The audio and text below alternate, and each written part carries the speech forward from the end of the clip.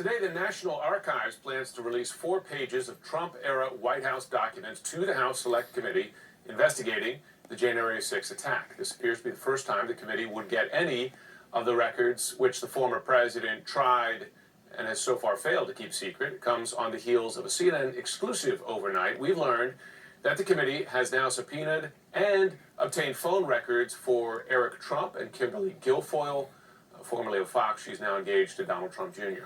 Now, that's the first time the committee has issued a subpoena that targeted a member of the Trump family. The committee also subpoenaed 4 more people, including former Trump lawyer Rudy Giuliani and a pair of attorneys who peddled election lies. Let's bring in former federal prosecutor and CNN chief legal analyst Jeffrey Toobin. Jeffrey, great to see you. So let's talk about those 4 subpoenas that we had issued yesterday. One of the attorneys, Sidney Powell, said that she will appear before the committee, though she is still tied to the lies that she peddled, and says that she believes that that is in fact the truth. Given the significance of these, what do you make of it?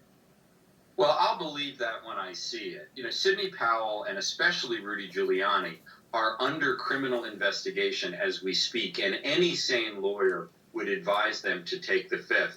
I am certain that Rudy Giuliani will take the 5th.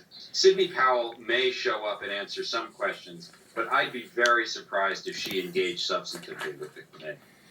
Jeffrey, so we have this news from the New York Attorney General. This is about Trump Organization. You know, the big picture here has been that Trump Organization basically played both sides of the ledger here, exaggerating assets to get loans and de-emphasizing them, shrinking them to reduce their tax burden here. This is a civil case here. Based on what you've seen so far from the Attorney General, do they have a case, and where does it go from here? You know, Jim, this is an amazing document. The level of detail is extraordinary, and the lying that Trump apparently engaged in is just so extraordinary. Let me give you an example.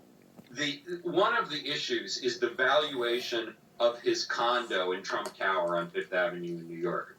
In some documents, he says that the condo had 30,000 square feet. In other documents, he says it has 10,000 square feet. Now, the condo is a place in the world. It can be measured. And the idea that he would lie about the size of an apartment that can be measured is just indicative of the level of lying that's accused here.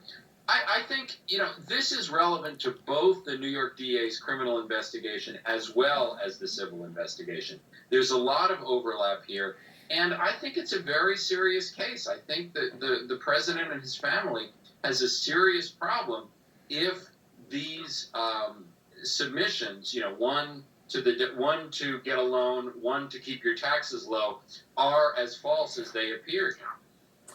Most people's houses would fit into that square footage many times over. Jeffrey Toobin, I know we're going to be talking to you about this again. Thanks for coming on. It is like you can measure. You can get a tape measure and rule, and that's just a fact in the world. Yeah. Well, It's also a fact that he embellished a lot. Exactly. Or you can lie. Jeffrey Toobin, thanks so much. All right. Coming up next, a portrait.